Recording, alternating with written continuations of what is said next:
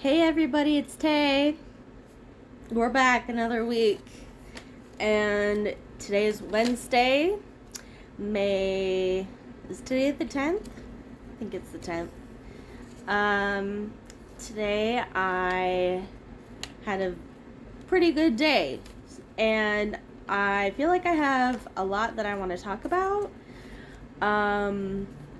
Once again, my fiance is not home at the moment, so I feel more comfortable recording myself in these videos. And,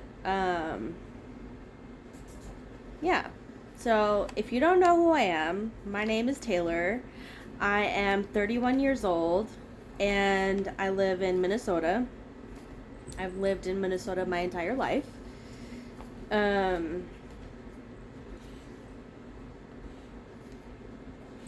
Today I wanted to talk about what it's like being childless in my 30's. So I feel like most of my friends and family members, they have families. They have kids. And I have noticed in the past, in the past 5 years more than before, I've been noticing some changes, and it's hard talking to people because maybe they don't get it or they see it a different way. And I just wanted to share my perspective, and if people resonate with it, they can comment, let me know. But I've been struggling. So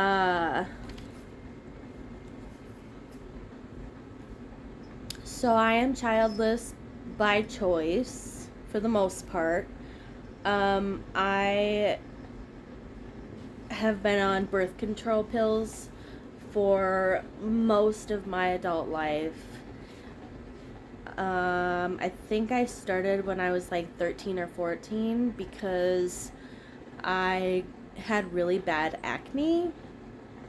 So my sisters, they also dealt with acne, and they were taking birth control pills for their acne because it regulates your hormones and it just keeps everything regular so you don't have any issues.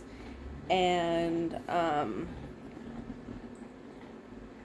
all that. If you want to know more about like hormonal acne and all that, maybe I'll make another video about it, but I have dealt with it. Anyway, that's not what this video is about. But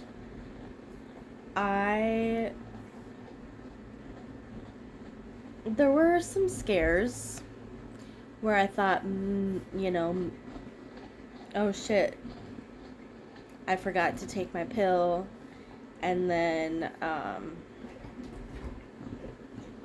I've had to go out and buy some Plan B. I have never had an abortion or a miscarriage or anything, but that's because I've pretty much gotten lucky. There was a time in my life where I was abstinent, and I don't know, I had heard stories about people getting pregnant while on birth control, and I felt like I was pretty consistent with my pills, that that I would be okay, and I had been alright, but maybe 5 years ago I stopped being on birth control, so I was more aware of what I was doing, because I still didn't, I didn't want to just go out and have a baby with someone that I didn't know very well. I did obviously want it, if it did happen, I wanted it to be with somebody that I was sure about. So, um, I don't know. And then I had to go back on birth control a few years ago. I went through a lot of stuff all at once, and my body just sort of started to freak out, and my periods were super heavy when I had my period, and it felt like my insides were gonna fall out. I never in my life had I took a day off from work or even left school early or something for cramps, but when I wasn't on birth control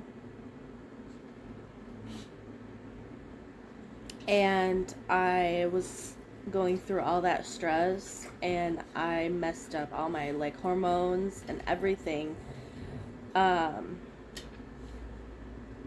don't remember what I was trying to get at. Yeah, when my period was really bad, I would leave work early because I was in so much pain. I would be laying on the couch, in fetal position, and just feeling like I was dying. And I would be crying, and I had a lot of sciatic nerve issues at the time as well. So, everything just, my hormones were all over the place. So I had to go to the doctor and try and get it under control because it was getting worse. And she put me back on birth control, and I started crying because I didn't want to be on birth control. I don't want to have to be on birth control, take a pill every day, and, I want my body to be okay without it. I'm in my 30s, and I still don't have any children. I feel like childbirth sounds terrifying, and here's my cat. Childbirth sounds terrifying and painful, and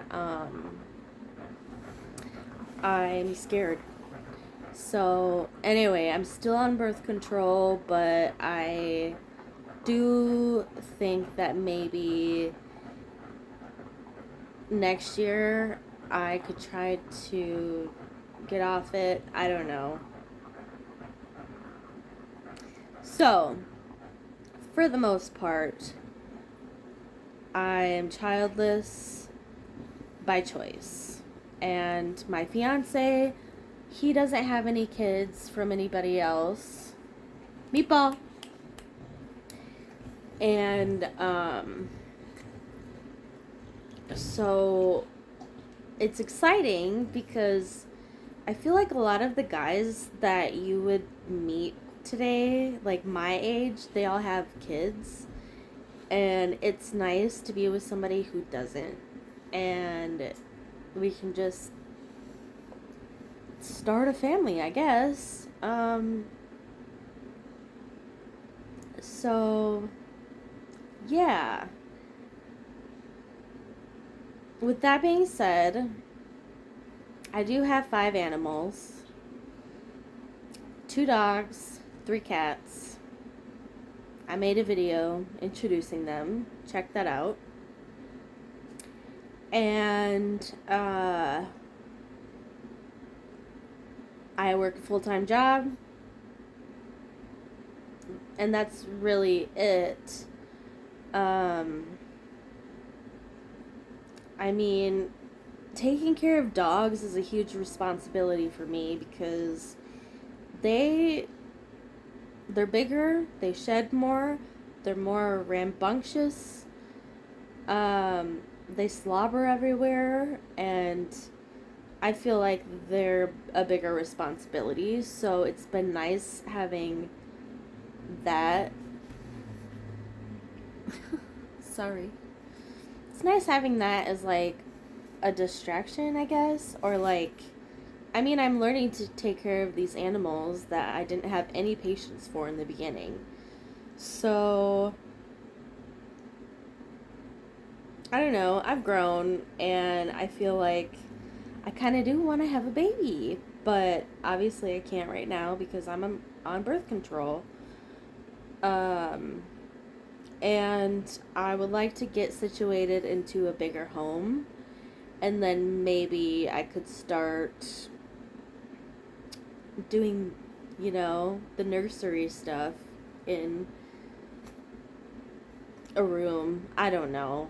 But that's not really anything that's going to be happening this year.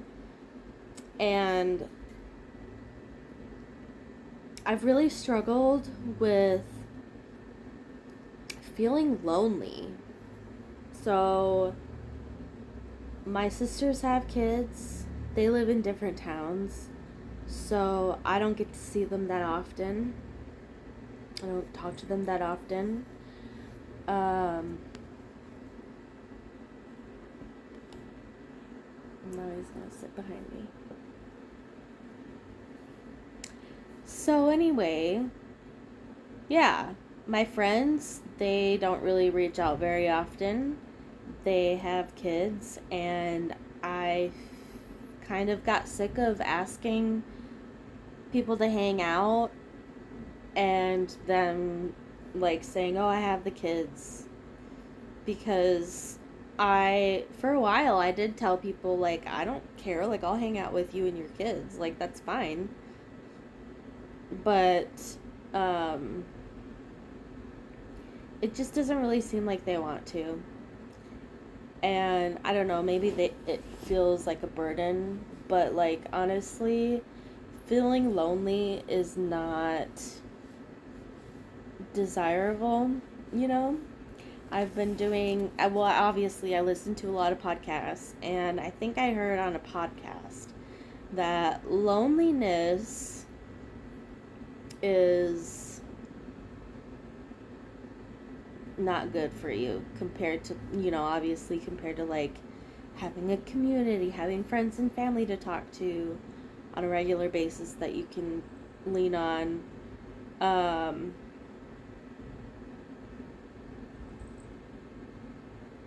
so, I don't know. I know that I have Corey and I know that I have the animals, but I really wish that, like, I just look back at times that I had back in high school or in my 20s and thinking, like, I miss it when I could have a sleepover with a girlfriend. Um, I miss. Corey doesn't drink. He doesn't like to go to bars.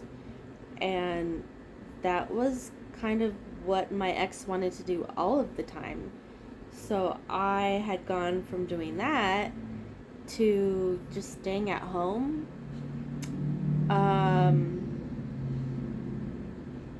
Especially in the wintertime, I feel like I have agoraphobia. I think that's the right word, where you don't want to leave the house. Obviously, I have to for work and stuff. Oh, I gotta sneeze. Hang on. Alright, I'm back. So, yeah, it's just really hard to, motivate myself every single day. Corey's helpful and he's been really understanding, but he's gonna be gone fishing a lot of the weekends this summer, and I want to do shit, and I want to go out and do stuff with somebody, and like last year I wanted to go to our county fair, and honestly, it's not that fun going with people because you just get stuck behind everybody else. and whatnot.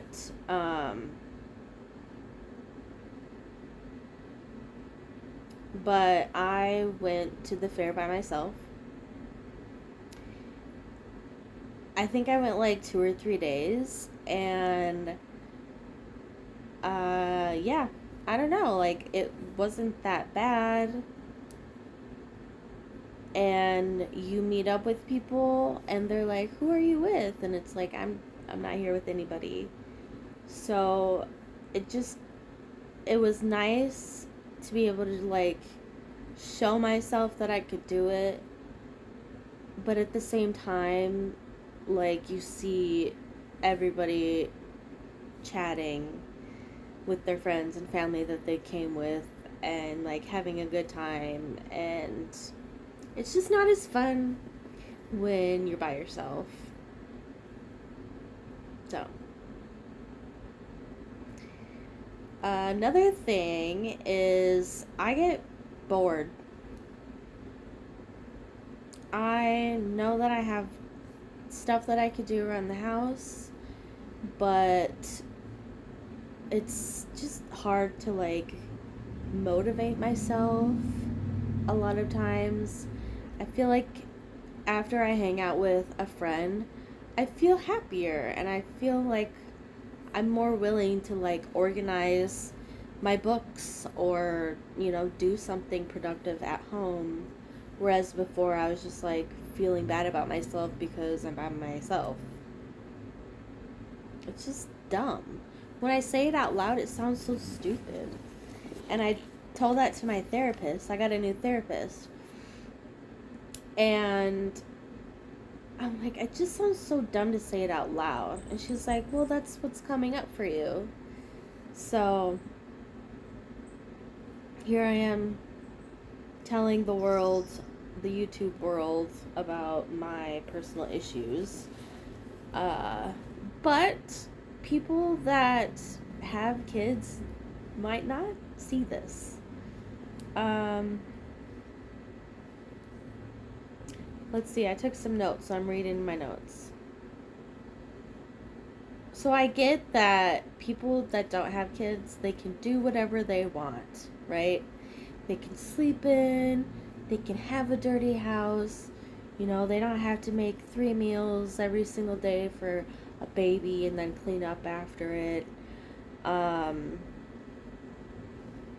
etc., etc. And yeah, I love to sleep. I definitely oversleep.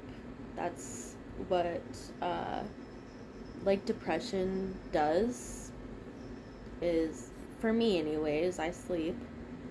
And honestly, I do think if I had a baby, it would help motivate me to get up every day and feed it, take care of it. Once I get my day started, I'm good. And I know that having a baby, you're gonna lose your sleep. And at this point, bring it on, like I think me and my fiance are a pretty good team and we can figure it out. So yeah. And another thing is, so people that have kids, they get like more money for taxes and stuff, and they get like a significant amount. And like I get that it's for like a kid. I don't know, like it just seems like there's all this stuff for people with kids. There's all the, all the fun things are for kids. For family night, whatever. Yeah, sure. I could go to a family night and hang out with everybody and their kids. It just, in my mind, it would just piss me off, you know? But at the same time, it might make me feel more grateful that I don't have kids yet and that I'm waiting. I don't know. I'm just kind of conflicted, and I'm trying to put myself out there more. I'm trying to be more vulnerable with people so they know what is going on. It's just tough. It's hard. I have a really hard time reaching out, letting people know what's going on because of the past experiences that I've had. I've had people make me feel bad, gaslighting, you name it. And I'm not really surprised anymore with anything. So, yeah, that's really all I wanted to talk about. I do want to make another video talking about Euphoria Season 1. I just finished it last night, and I really enjoy the show. I feel like it's extremely graphic, but I feel like it's a good thing because it makes people think, and maybe they can have compassion for someone that they know after watching the show. If that's something that you're interested in, look for that video because I'm going to be posting that. I want to talk about the characters, and yeah, I'm obsessed with it. I want to start season 2, and I definitely am going to do that probably tonight. So, yeah, that's all I really wanted to talk about in this video. Thanks for watching. Subscribe. I put out random videos talking about my experiences. Sometimes I try out new makeup that I bought at the store, or just random stuff. I don't edit my videos, as you probably have noticed, and the reason is because 1, I don't know how. 2, I don't really know if I want to know how at this point. I feel like I could be using my brain for other things at the moment. And also, I feel like it's important to show people the real you. There's a lot of fake stuff out there, a lot of filters that change your appearance and take away your underbags, or they'll put makeup on if you're not wearing any makeup, which I'm not wearing any makeup. They'll make your lips look bigger, all that. It's fun to do like a short video with filters on, but when it gets to be like your everyday thing, I don't think that's healthy for you. I don't think that's healthy for others, and I don't really see the point. Show people the real you. Yeah, I am insecure about myself, but this YouTube channel is trying to get me out of my comfort zone, and yeah, I'm just gonna keep blabbing on if I don't stop the videos. So I'm gonna stop the video, and I will talk to you later. Bye.